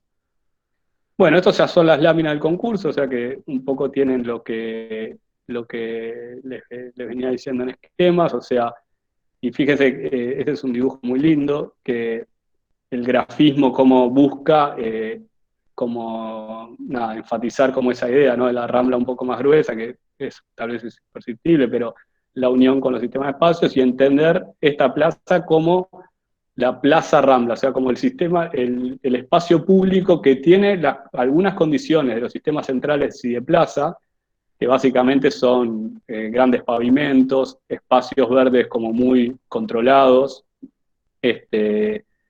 pero que también tiene la condición de rambla, que es la continuidad, la apertura, el horizonte infinito, bueno, nada, como son distintas conformaciones de lo público. Entonces, estos eran los patios de los cuales los hablábamos. Por supuesto, preservamos los edificios que había que preservar y que además estábamos muy de acuerdo. E hicimos algo que también fue, después los jurados nos lo ponderaron bastante, y que tiene que ver con lo anterior y con esto, que es entender que la Rambla, si bien Rambla en Uruguay, Montevideo más o menos tiene 25 kilómetros entre un extremo y otro de espacio público Rambla, pero entender la cuestión de la cota y de la altura, entender que la Rambla puede desplegarse y tener múltiples niveles. Entonces eso sería algo bastante particular en este sector, no pasa en otros lugares, más allá de los accidentes topográficos. Sí, si en un lugar el terreno sube, la rambla sube, pero no hay una como extrusión del suelo público en distintos niveles, y nosotros lo planteamos a través de esta pieza, que es como un gran espigón, le llamamos como una especie de escollera seca, o no sé, es un poco, empieza a jugar a la escala de las escolleras Sarandí, y que plantea como un balcón final, y con un programa que le llamamos el Museo del Río, y que conecta en altura, porque por acá la Rambla pasa, con el tanque de gas, que es una de las piezas como que también eran parte del proyecto, pero que está como del otro lado del tejido. Entonces, con esta operación lo terminábamos de coser, y lo incorporábamos manteniéndolo, porque también el tanque de gas vacío terminan siendo como piezas obsoletas, pero que se vuelven en un momento como están tanto tiempo ahí que pasan a ser parte como del inconsciente colectivo. O sea, como sacarlo se vuelve como algo muy traumático. Entonces, no lo sacábamos, sí aprovechamos un espacio aéreo que tiene desaprovechado porque tiene una altura muy baja cuando podría ser mayor, y lo incorporamos al proyecto, como una especie de faro, de un nuevo faro de la ciudad de Montevideo. Y bueno, acá un poco lo mismo, aparecen ciertos imaginarios, aparece la gestión. De nuevo, en los modelos de gestión y los programas aparecen como propuestas, o sea, porque incorporamos algunos organismos que no formaban parte de la propuesta, pero que sí inciden en la legislación del suelo rural y del territorio uruguayo, como es el Ministerio de Ganadería. Bueno, nada, era como, de nuevo, como una especie de gran centro de regulación territorial, de recursos pasajística y ambiental, en principio del Uruguay, pero con la vocación de ser algo además que pudiera tener un alcance más regional. Eh, bueno, y después como ciertos imaginarios que, nada, que ayudan siempre como a la conformación de la idea, ¿no? Pero nada, a mí lo que me gusta de los dos proyectos es que finalmente son como, digo, el proyecto termina siendo como, no es una imposición, sino que es como, es esto que tenía que ver con el título, ¿no? Como, es una interpretación pasado-futuro, ¿no? Y como una herramienta o una llave que valorando todo lo que ya se hizo, entendiendo que son espacios públicos que llegan como a una decadencia, o digamos, o a un cambio programático, se permiten relanzarse hacia adelante. Bueno, estos son varias imágenes de los distintos espacios. Esto hay una noticia buena que es también, bueno, pasa lo mismo, ¿no? Se ganó el concurso, pero después cambió el gobierno, bueno, todo lo que nos pasa, que en Uruguay pareciera que no pasa, pero pasa casi idénticamente que acá. O sea, pareciera que es un país más civilizado, pero estas cosas igual pasan, o sea, viene el próximo gobierno y no lo tiene en la agenda o no le interesa. Ahora, afortunadamente, el domingo ganó en Montevideo Carolina Cose, que es una señora que fue anteriormente la ministra de este ministerio, el de Energía, y sé que por un amigo que tiene como gran interés en este proyecto. Así que nada, siendo ella la intendenta, ojalá pueda transformarse en algo más que en un proyecto que quede en el recuerdo. Bueno, eso es un poco estos dos proyectos. Y después, por último, este es más cortito porque tengo como menos material. Quedamos embalados con este proyecto y porque nos fue bien y casi inmediatamente surgió este proyecto, este concurso, que es un proyecto para la costa bañera argentina, para Mar Azul, y donde de nuevo aparecen como, a ver, con grandes diferencias, porque claramente ya no es un entorno urbano, nada, plantea otro tipo de problemáticas, pero igual nos gustó como analizarlo con algunas herramientas en común, ¿no? Entonces, de nuevo, acá apareció el tema en ese sentido de decir, bueno, ¿cómo es el desarrollo de la costa? ¿Cuál es el modelo que hay? Entonces empezamos a identificar que hay distintos modelos, ¿no? Digamos, desde lugares más que van más como a la idea de la ciudad jardín, como puede ser Pinamar o Cariló, o lugares que como este es Mar de las Pampas, ¿no? Que tienen como un modelo del damero, o sea, hay distintos modelos de tejido, y lo que nos gustaba era que este proyecto se da casi en un límite no, en un límite entre toda esta serie de desarrollos bañarios, o sea, todo un modelo que tiene unos cuantos kilómetros, y que a partir de acá empieza un área de reserva. Entonces, ahí el cuestionamiento que teníamos era, ¿cómo hacemos para hacer un desarrollo, porque en definitiva lo que pedían era un desarrollo, en una zona que claramente va a dejar de ser una reserva, porque si aparece un desarrollo ya no tiene las condiciones de reserva, pero que tampoco queremos como extender el tejido 3 manzanas más? Nos parecía que no tenía mucho sentido. Entonces ahí empezamos a estudiar como, de nuevo, lo que siempre reivindicamos, como el soporte, ¿no? Entonces es un soporte de dunas que tiene hay como dos sistemas que lo definen en cuanto a su conformación, que es por un lado la acción de los vientos, el arrastre de material y la conformación de dunas, que además son sumamente dinámicas, o sea, no estábamos proyectando sobre un terreno conformado, sino que es un terreno vivo, como quien dice. Y después tiene toda una serie también de los drenajes del agua que se dan de toda la pampa hacia el océano, que hace que haya como algunas líneas de escurrimiento en el otro sentido y que genere como también como en las zonas bajas, unos lugares que naturalmente se transforman cuando hay mucha lluvia en esponjas y en humedales o en reservorios de agua. Entonces, ese doble mapeo nos empezó a dar como eh, el, de nuevo, si en el otro caso yo decía el metaproyecto, acá es como el metatejido, ¿no? Me gusta como pensar que hay un tejido más allá del tejido. Entonces, el tejido ese era el sistema de las dunas y las lagunas, que es esto que ven acá, O sea, son estos brazos que entran como esta especie de cárcavas que son por donde hay puntos altos, y a los puntos bajos es donde decíamos, bueno, es acá donde se puede hacer algo, pero a partir de una cota, porque de una cota para abajo está en este sistema de lagunas y áreas naturales. Entonces, la inquietud era esa, era como tener una estrategia entre de tejido y edilicia para habitar una reserva, pero manteniendo sus condiciones de reserva. Después nada, aparecen como los modelos de tejido, porque pedían, no sé, hotelería o área comercial o viviendas unifamiliares o multifamiliares, nada, como toda una serie de, de distintas escalas, digamos, de equipamientos que pedían. Y nosotros, de nuevo, no digo, no sé, no quiero inventar, porque no sé si lo inventamos, nos sumamos a la idea de una reserva. Entonces, definitivamente terminamos haciendo como el bosque profundo, como una parte de la reserva, las dunas y la playa. Entonces, teníamos distintas estrategias de apropiación a nivel de lotes y de casi de catastro, pero también a nivel edilicio para cada uno de estos lugares de la reserva.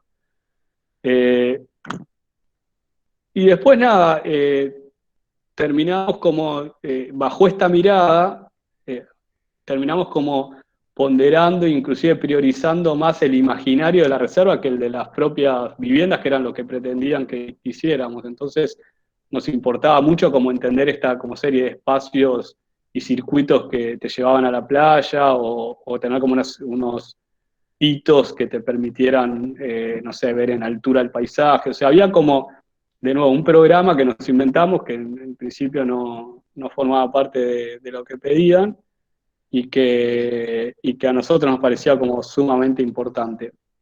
Eh, y bueno, y terminaba siendo como la imagen síntesis del proyecto. Nada, en este caso no nos fue tan bien, pero la verdad es que para mí estaba, no sé, yo me quedo muy conforme con lo que hicimos, en el sentido ese, como de la estrategia, me parece que era bien interesante. Eh, bueno, y hasta ahí llegué. ¿Qué hora es? Ah, bastante. Bueno, eso. Como Bueno, mostrarles, como proyectualmente, eh, una posibilidad, que por supuesto es nuestra, no tienen por qué compartirla ni mucho menos, pero de cómo aproximarse a los proyectos a partir de las herramientas que en la facultad estamos tratando de transmitir y de desarrollar. Y honestamente creemos que son muy potentes y muy valiosas. O sea, creo que todo lo que estamos tratando de enseñar, después uno tiene que tratar de entender cómo lo puede aterrizar en el campo de la realidad, por decirlo de alguna manera, y en los proyectos particulares. No sé si alguna aplausos pregunta. ahora. Ah, eso no. Eso no vale la pena. No, estaba bueno, no sé si querían preguntar algo o Adri Eh, abrir alguna. Digo, me interesa que de los tres proyectos, dos los hicimos con Monoblog y Adri obviamente estuvo ahí al firme, entonces capaz está bueno, no sé, capaz de todo lo que dije te parece un divague. no, digo, no me pareció un divague porque O no lo fueron cosas compartís del todo, que no fuimos sé, porque está bueno. discutiendo a lo largo del proyecto, digo, con cada uno con sus inquietudes, pero me parece que finalmente el- como a lo que llegamos fue también un acuerdo y unas conclusiones conjuntas que estuvo, la verdad que estuvo buenísimo haber laburado con Ujú. ustedes. Digo, no sé, hace 7, 8 años que nos conocemos, pero nunca habíamos laburado juntos. Y entonces, la verdad que era también como, bueno, a ver qué pasaba, ¿no? La verdad Sí, que sí, estuvo sí. buenísimo los dos laburos. Mejor el que Este, ganamos, ¿no? sí, mejor es que ganamos. Como siempre. Sí. No, igual, esto que dije medio en joda, A ver, ahí va. no, decía que hay una cosa que está buena, que, a ver, siempre los concursos, por supuesto, cuando uno le va bien, les parece que el proyecto está bien, pero A ver, nunca me pasó de que nos vaya bien y pensar que el proyecto estaba mal, lo voy a ser honesto. Pero sí, lo contrario sí. Por ejemplo, a mí el proyecto de Mar Azul me parece que estaba buenísimo.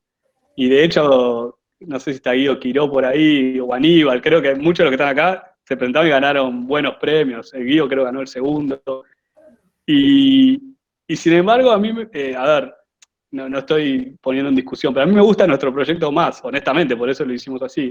Lo que sí creo que tal vez la apuesta era como era un poco arriesgada, ¿no? Como que, viste, cuando te piden que hagas algo y terminas haciendo otra cosa, bueno, te puede salir bien o te puede salir mal. A mí me parece que el ideal es hacer un poco otra cosa, pero también hacer un poco lo que te piden, porque si no, quedas un poco afuera también, o quedas como en un planteo utópico. Eh, Ahora, por ejemplo, y lo abro a debate porque muchos capaz que se presentaron, para mí en el concurso ese del ICI había que quedarse afuera del todo, o sea, era un proyecto más que para ganarlo, para decir lo que hay que hacer, o lo que uno cree que habría que hacer, que no es claramente para mí no es lo que pedían las bases. Pero bueno, no sé, no todos tampoco quieren como cumplir ese rol, ¿no? De tirar bombas o corrector, porque sabes que te va a ir mal. Pero bueno, tal vez te va mal, pero entre 20 años decís, mirá, en este momento dije esto y me parece que estaba bien, que era lo que había que decir. Eh, Nada, eso. Bueno, abramos acá preguntas, consultas, yo qué sé, o sea, para mí lo Crítica. interesante de esto es, a ver, en los tres proyectos que mostró Andrés, eh, lo que, o sea, te puedes equivocar si querés, Ujú. o alguien puede interpretar que el proyecto no corresponde a lo que están pidiendo los jurados o lo que sea. Lo que es indiscutible es que tiene un discurso detrás de todo esto y no es como una especie de formalismo o de Ujú. dibujismo que hace más lindo o más feo un proyecto. O sea, en ese sentido, y yo, este, o por lo menos creo, y creo que también en el taller, y creo también que de alguna manera en 4, en 5 y en todo el taller se viene como batallando con respecto a eso, eh, que los proyectos pueden ser explicables desde un lugar. Y no es que se me ocurrió esta cosa nada, está ahí puesto, como en general sucede, o cada vez menos, creo, en la facultad.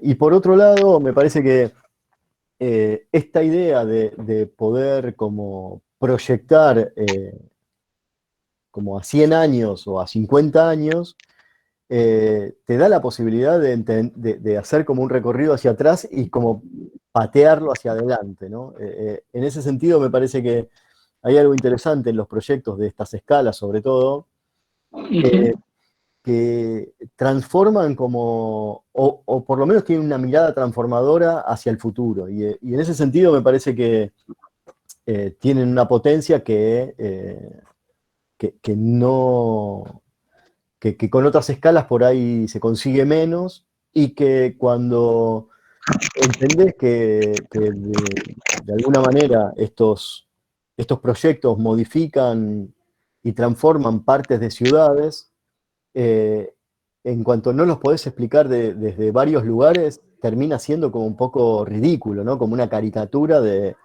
la arquitectura. Y en ese sentido, esta cosa de que hablábamos todo el tiempo, ¿no? El otro día discutíamos, ¿no? Como en la charla del taller, el tema de las relaciones, ¿no? Las relaciones de Ujú. las cosas, o sea, las relaciones políticas, las relaciones geopolíticas, las relaciones geográficas, las relaciones de los espacios públicos, los objetos. Y la arquitectura, de alguna manera, o por lo menos la disciplina de la arquitectura durante mucho tiempo, quedó relegada a ser como una decoración, a veces mejor y otras veces peor, de una infraestructura preexistente que alguien de alguna, de algún lado, políticos o ingenieros o algún burócrata decide que tenemos que operar sobre esa matriz infraestructural anterior. Y la verdad es que lo que está bueno de todo esto y que lo que nosotros creemos firmemente es que nos queremos sentar en la discusión anterior, ¿no? Por Ujú. eso el Parlasur o el Biosur y todos estos inventos que por ahí hacemos por momento, que tienen que ver con los programas que nos inventamos en relación a, no sé, como temas de opinión urbano, si querés llamarlo de alguna manera. Pero parece que se condensa todo cuando tenés una mirada mucho más amplia sobre los temas que tenés que abordar. No, a mí me pareció bastante interesante esta cosa que decías, Andrés, que no es que venís a resolver un problema, ¿no? Para mí está Claro. buenísimo esta idea de, bueno, pará, o sea, no quiero resolver un problema, quiero como mejorar un lugar y hacer algo en lo que no necesariamente es emparchar algo, sino como reconfigurar y transformar un pedazo de país, un pedazo de ciudad o, no sé, un pedazo de barrio, yo qué sé. ¿Se fue Andrés? Sí, Ah, sí.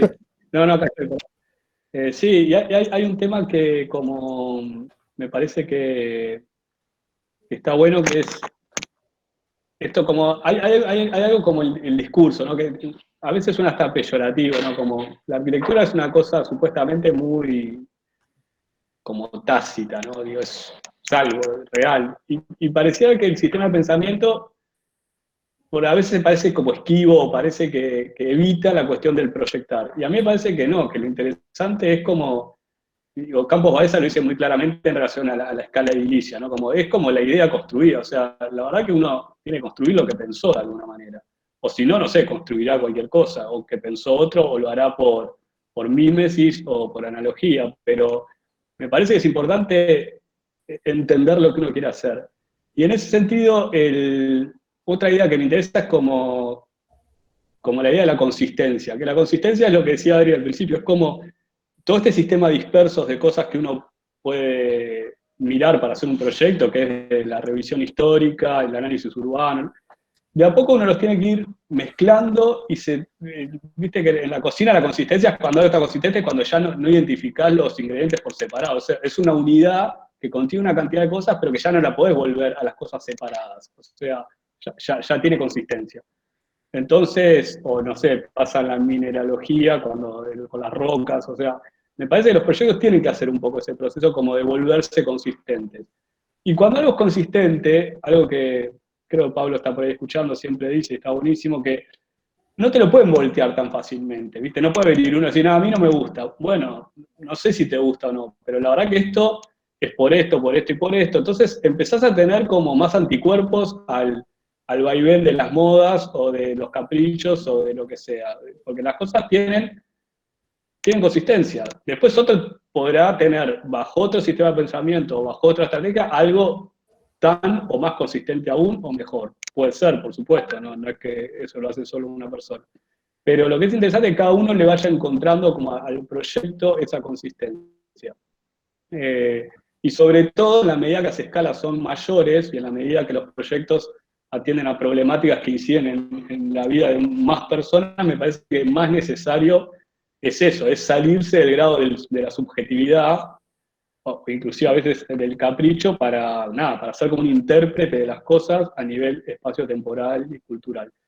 Y después lo otro que me parece interesante es esto de que, si ustedes se fijan, el fenómeno de hoy, que es todo, y lo celebro en un punto, y esto sí podría una discusión interesante, que todo es muy participativo y en las redes, entonces de repente vas a hacer un puente, pero un vecino y ya te frena el puente. Entonces, que tiene algo bueno, también tiene algo malo, que es muy difícil gestionar proyectos de escala hoy en día, porque se trata de dejar contenta a tanta gente que al final nunca los haces, porque nunca va a quedar todo el mundo tan contento. Entonces, En otras épocas, tal vez porque había menos conciencia, tal vez porque las ciudades eran más generosas y amables, entonces se podía operar de otra manera. La verdad que se hicieron proyectos, lo que le digo, esto de la Rambla Sur, o sea, voltearon 900 casas para hacerlo. Imagínense hoy, o cuando hicieron acá toda la General Paz, ¿no? O sea, imagínense hoy que para hacer un proyecto tengas que tirar 8 o 10 manzanas de Buenos Aires, o como planteó Le Corbusier en París, ¿no? Que el proyecto era vaciar la ciudad y no seguir poniéndole cosas. Bueno, es muy difícil. La verdad que hoy a mí me resulta imposible pensar que hoy se pueda hacer eso. Y tampoco me parece que un gran desafío que haya a futuro es entender la participación de redes y todo como algo proactivo, y no como algo solo de resistencia y de tranca, ¿no? O sea, si se usara eso como casi estadísticamente, para decir, bueno, opinemos todos con la Big Data, todo, y cuando lleguemos a algo lo hacemos, pero que sea algo. Bueno, eso todavía no está aceitado tampoco de esa manera. Existen herramientas que apuntan hacia eso, ¿no? Las consultas populares, las consultas públicas, no sé, los foros. Hay herramientas que apuntan a lo coparticipativo, pero en general yo lo que veo es que terminan, nada, que termina siendo muy difícil gestionar proyectos hoy en día de esa escala. O sea, es muy difícil. Por eso yo creo que muchos de los proyectos se transan también. En parte puede tener que ver con una cuestión de gestión política, pero en parte tienen que ver con que cuando en el ecoparque fue muy claro, cuando los tipos empiezan a dar cuenta. Es más, en el ecoparque tuvimos reuniones con 3 directores distintos en 3 o 4 años. Primero era una empresaria que venía de JP Morgan, después no sé qué, y finalmente apareció uno que era un biólogo, que era el único que entendía realmente lo que se estaba haciendo, y no voy a dar nombre porque. Y el tipo nos dijo: esto no avanzó porque recién ahora nos dimos cuenta lo complicado que era meterse con estos temas, o sea, meterse con mover un animal, la resistencia que genera, los vecinos, los de salven a los hipopótamos, qué sé yo, empiezan a aparecerte una cantidad de actores que te frenan los proyectos, y tampoco ningún político quiere tener el costo político de hacerlo igual.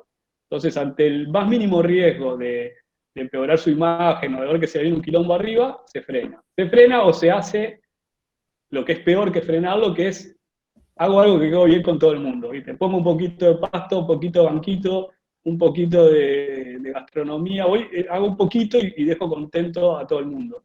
Pero bajo esa mirada nunca se hubiera hecho ni el Central Park, ni los Bosques 3 de Febrero, ni la Rambla Sur, o sea, eran proyectos radicales, totalmente radicales. Y yo reivindico la radicalidad, por lo menos a nivel proyectual. Después habrá que ver cómo se hacen, pero me parece que está bueno. Bueno. Bueno. No sé, ¿alguien quiere preguntar algo? ¿Charlar, hablar de algo? Tanto por tener clase, ¿no? No, no Corregir, sé. quiero corregir. Sí. Muy rico todo, Andrés. Recién empezado, creo que nadie quiere corregir nada, me parece. Pero nada, para mí era valiosa esta charla porque lo que hay alguien que se le está cayendo todas las cosas, me parece. Se le cayó la estantería. Sí. No, esta idea de como tenemos de alguna manera distribuido el curso en este segundo cuatrimestre, que tiene que ver con, bueno, ya sabemos que trabajamos sobre las infraestructuras, pero estos 3 módulos, que uno es habilitar, el otro es integrar y el otro es habitar, y me parece que el inicial, que es este de habilitar,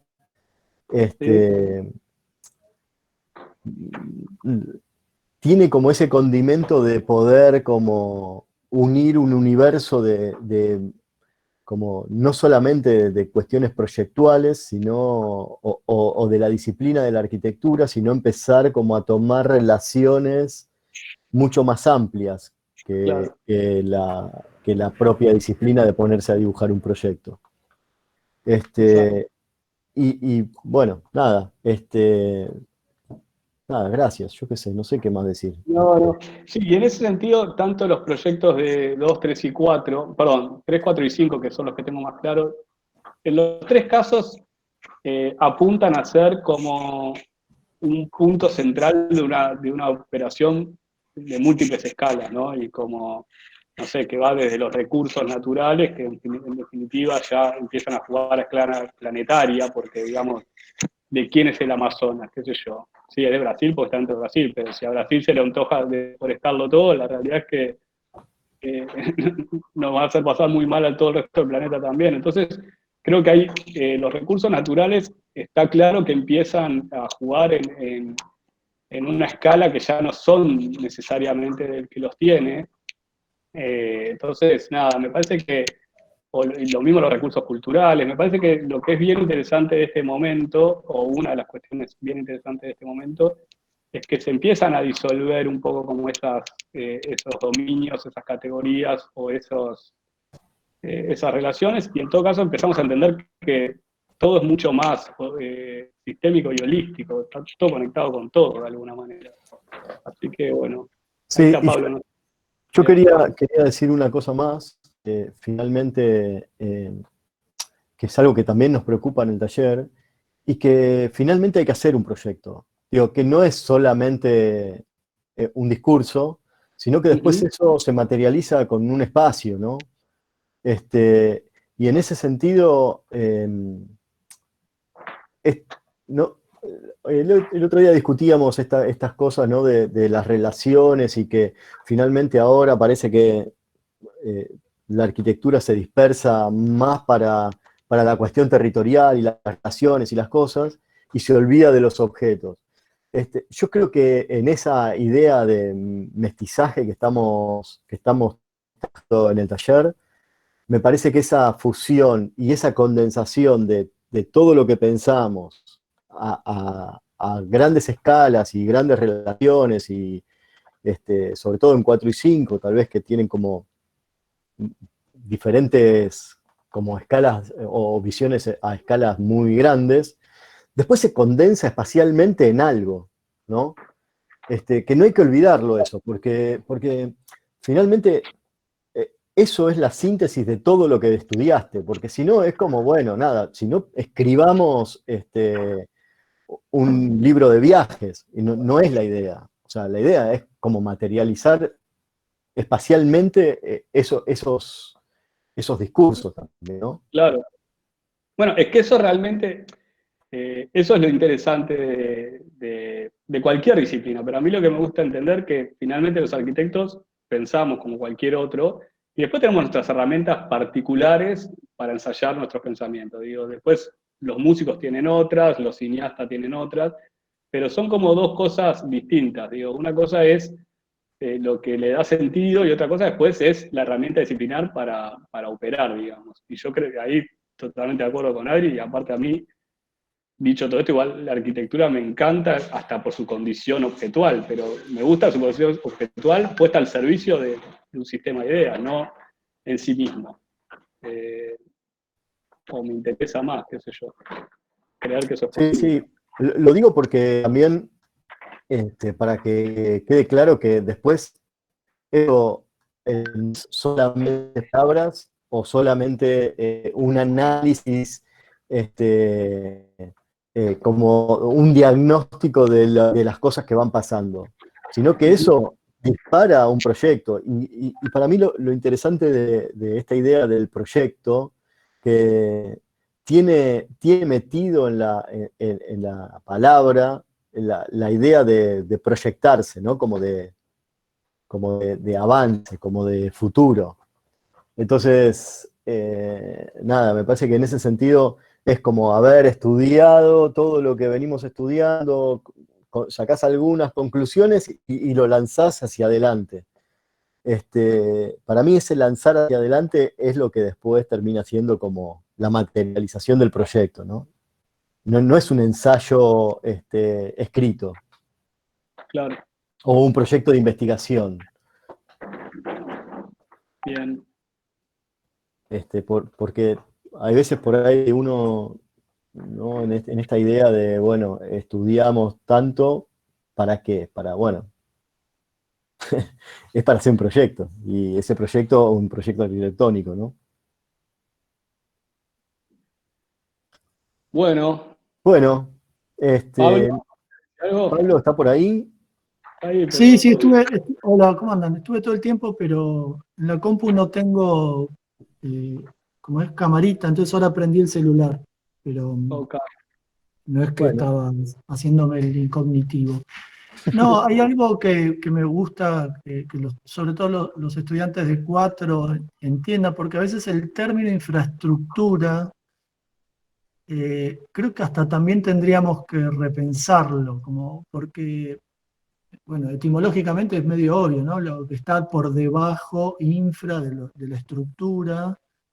Por eso es una palabra que se acuñó en un momento para definir determinado tipo de operaciones más ingenieriles y para un estudiante joven que se está formando, por ahí es un término que asusta o te pone en un territorio ajeno al que se supone que estás estudiando, que es el de la arquitectura, pero dado que creció tanta la relación de la cultura con el soporte y que lo que antes se hacía lejos de la urbe, ¿no? En un cementerio, el cementerio de la Recoleta quedaba fuera de la ciudad, y el tanque de agua de la Avenida Córdoba quedaba lejos de la ciudad, y todo eso fue como quedando integrado. Y entonces hoy te das cuenta que lo infraestructural, que para mí tendría que tener otro nombre, en definitiva es lo que define el carácter del ámbito público que permite vivir en comunidad, ponele. La Rambla es una infraestructura, claramente, lo que mostró Andrés, ¿no? Pero sin embargo no es una ingeniería, pero sí, porque en definitiva cuando hoy vos hablás de la Rambla no pensás en el tablestacado que se hizo y en la operación, sino que pensás en un montón de gente trotando y pescando, o sea, pensás el espacio público. Y Central Park en realidad es un gran embudo de Manhattan que junta todo el agua de lluvia y por ahí debajo hay todo un sistema infraestructural duro, pero hoy es un parque con gente que juega al béisbol, que hay el picnic y lo que fuera, y es una reserva natural también. Entonces, lo que está bueno es que, sobre todo pensando en los estudiantes, que todavía esta noción que contó Andrés en su proyecto no la tienen tan incorporada, es como empezar a entender ese que está bueno que ya el curso Adri y los docentes le pusieron ya como esta cosa de los habilitadores, ¿no? La operación que define, por lo general, como un sistema de espacios o de equipamientos colectivos públicos, y que eso de alguna manera asegura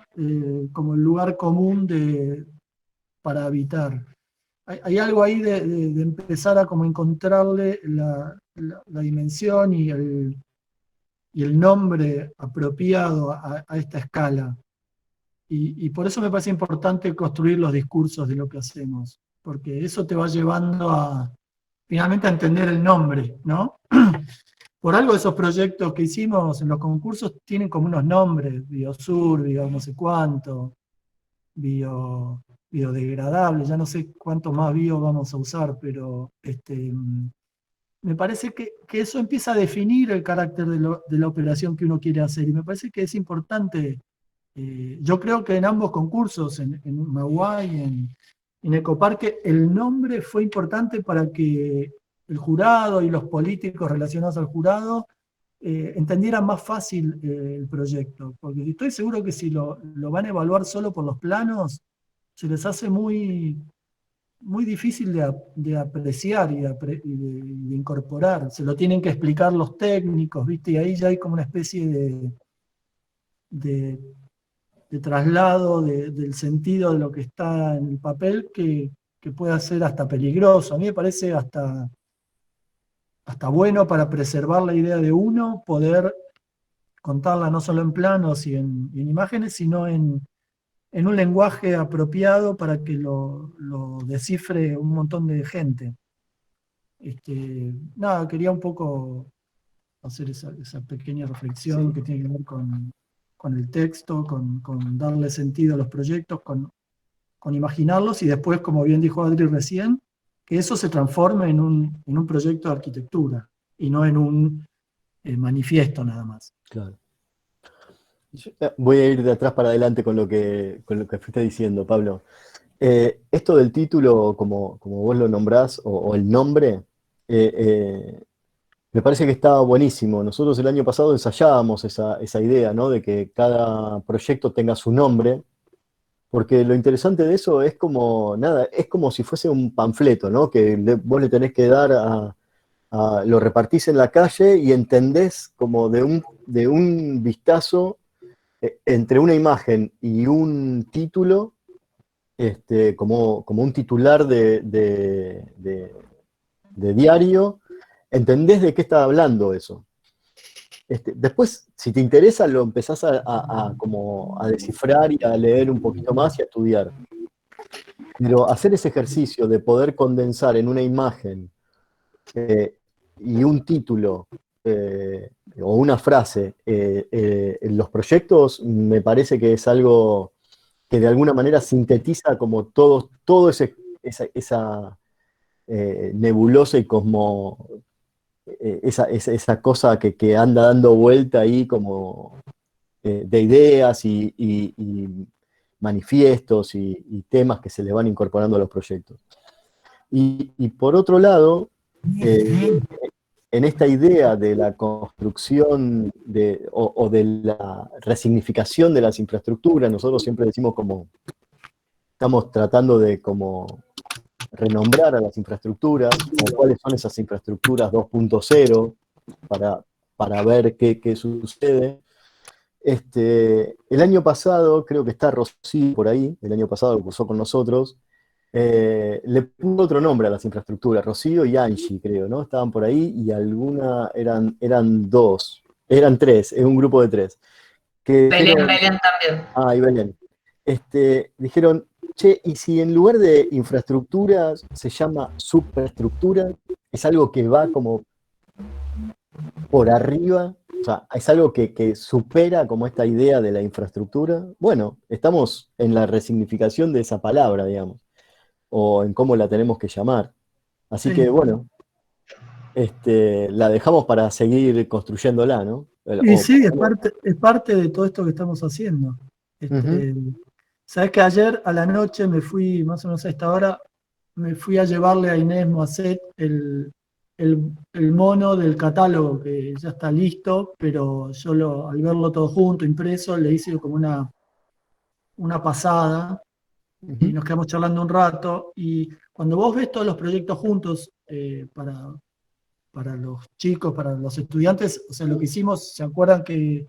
Y para los nuevos del taller, nosotros, el curso, el año que se divide en las dos mitades, la primera mitad es el Atlas, que siempre incluye el viaje, o en este caso este año toda la investigación que hicimos sobre todo el país. Ese Atlas se transforma en una publicación que es un Atlas, un librito. El año pasado hicimos el librito de la quebrada de Humahuaca. Y la segunda mitad, que es como el proyecto, a fin de año se arma el catálogo, y es una publicación que se llama Catálogo, que tiene los proyectos que se hicieron en relación a la investigación del Atlas. O sea, el Atlas ya está impreso, el catálogo lo estamos por mandar a imprimir en estos días. Y claro, la idea es que ese catálogo, por ejemplo, lo agarre el secretario de Planificación de Jujuy, que nos ayudó en el ADN del año pasado, y lo vea y le sirva y lo aproveche para pensar temas. Entonces vos empezás a pasar las páginas y es un bombardeo de imágenes impresionante, y hay unos títulos, y los títulos podrían ser un poco más como concretos si ahora uno lo mirara con una mirada un poco más, entre comillas, comercial, digo, pero uno tiene un catálogo de posibilidades que para una oficina técnica es genial. Entonces yo imagino ahora que yo ya estoy viendo el atlas de lo que acaban de entregar todos en el primer cuatrimestre, ¿no? De hecho, quiero publicar algo en el Instagram que los docentes saben, les pedí a todos algunas imágenes, yo me estoy volviendo loco editándolo para ver cómo mostrarlo. Y viste, aparecen estaciones submarinas en el canal de Beagle, es alucinante, pero por otro lado, es lo que se está discutiendo en las más altas esferas del país, ¿viste?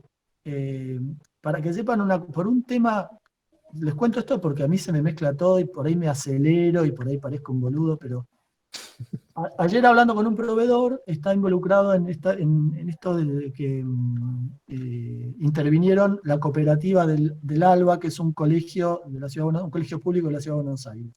Yo hablando, qué sé yo, conozco una periodista bastante conocida, le digo, si quieren puedo comentarle para que ella lo difunda en su programa. Bueno, dale, entonces recién me llama esta persona, que es María O'Donnell, es una periodista bastante conocida, y nos ponemos a hablar y me dice, pero, che, ¿leíste a este Berkovich, que es el hermano del periodista, que habla sobre economía urbana y todo lo que hay que pensar del país? Le digo, María, te lo dije hace 8 meses. O sea, estamos laburando en la facultad con los pibes a full para dar alternativas y qué sé yo. O sea, es un tema súper importante. Lo que hicimos en el Atlas para mí es muy importante. Y por eso la vocación de que, Andrés lo mencionó en la charla, de que ustedes estudiantes empiecen a, como sea, como podamos colaborar nosotros también, a entender de dónde salen los recursos y cuán reales son esas propuestas, como para generar realmente una posibilidad a futuro de una habitabilidad mejor del territorio, etcétera, etcétera. Por supuesto, nosotros siempre lo vamos a hacer como un taller que está enseñando las herramientas de la arquitectura desde la academia, no estamos licitando una obra, pero a mí me gusta mucho la tensión entre lo que estamos haciendo, que todo el tiempo aparece la palabra utopía, que todo el tiempo aparece como imaginario, que parece que estamos en una nube de pedo, pero que está tan cerca de lo que la realidad necesita, ¿no? Entonces, nada, me parece bueno que vos, Adri, hayas convocado a Andrés para mostrar proyectos que hacemos en la realidad juntos, porque creemos que eso es lo que la realidad necesita, ¿no? Y a veces son cosas que están un poquito adelantadas a su época, a veces poco, a veces mucho, pero siempre abren como puertas, y como dijiste vos, Adri, lo vas a ver dentro de 30 años y vas a decir, mirá esto que estos tipos decían en este momento, no estaba tan mal. Así que, nada, me parece buenísimo que ahora, después de todo lo que hicimos como Atlas, empecemos a bajar a los proyectos reales y estuvo bueno. Bueno, Que muchas ahí había gracias. una chica que quería, Melina, Sí. alumna 5, quería decir A ver, algo. dale. Melina, ¿estás? Sí, acá. Bueno. Nada, que por ahí es algo tonto, pero es algo que una vez un amigo mío que estudia filosofía me dijo que cuando hay una transformación de paradigma, digamos, primero se transforma, modifica, o hay una nueva filosofía, que después se modifican todas las artes, y empezando por la literatura, sigue con la pintura y la escultura, y termina la arquitectura. Eso, creo, me hizo acordar mucho a la teórica de hoy, como ir de esto macro, de esta idea, o de la utopía, hasta esto de la arquitectura como una pieza, que en realidad conforma todo eso, conforma la arquitectura, digamos. Eso, nada, que me hizo acordar mucho, y siempre me quedó eso que me dijo mi amigo. Sí, y hay una cosa que, igual, si quieren cortar, díganme, pues yo estoy hablando. No, dale. dale. Que a mí me encanta pensar que finalmente el origen de todos esos cambios siempre es la tecnología. O sea, es al revés, es como que la tecnología construye una sociedad y no la sociedad una tecnología, que uno tiende a pensarlo al revés. Si uno se pone a pensar, cuando se inventó el arado, en realidad no había un plan de un mundo con un arado. Sin embargo, el uso del suelo, el pasar de ser sociedades nómades a ser sedentarios, aparece la idea de la propiedad privada, porque como había excedentes de producción, había que acopiarlos, había que cuidarlos.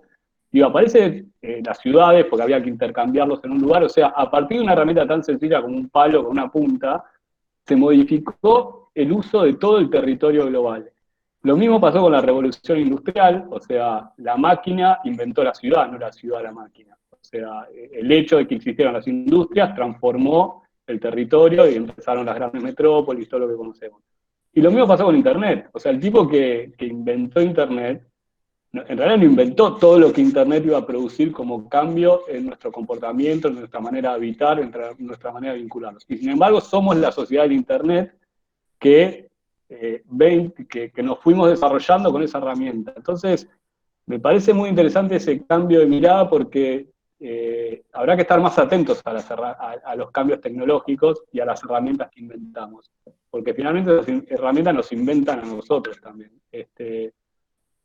No sé, a mí me gusta pensarlo así porque si uno lo observa, la realidad es que funciona así. No sé cuáles serán las próximas herramientas que seguirán modificando en todos los aspectos la manera en que hacemos las cosas. Pero con esta me parece que tenemos para largo igual, porque estamos arrancando. Y sí, Igual las cosas, viste, se agotan cada vez más rápido. sí, también eso es verdad. No, igual está bueno lo que decís, y yo ahí creo que esta charla ya la tuvimos varias veces, ¿no? El tema de la tecnología pero por ahí para los que no la conocen, yo creo que hay algo, y otra vez vuelvo a usar como la idea esta del mestizaje, entre la tecnología y lo que habilita la tecnología y esta idea como, de la sensibilidad, ¿no? O sea, digo sensibilidad en el sentido de que no nos olvidemos que somos humanos y que vivimos en un planeta y que ese planeta tiene diferentes especies y que vivimos de los recursos que genera ese planeta. En ese sentido lo digo porque si no podríamos terminar, viste, eh, como la película de Chaplin, Tiempos Modernos, viste, donde el tipo labura 16 horas por día y cuando sale sigue haciendo el mismo movimiento que cuando estaba dentro de la fábrica.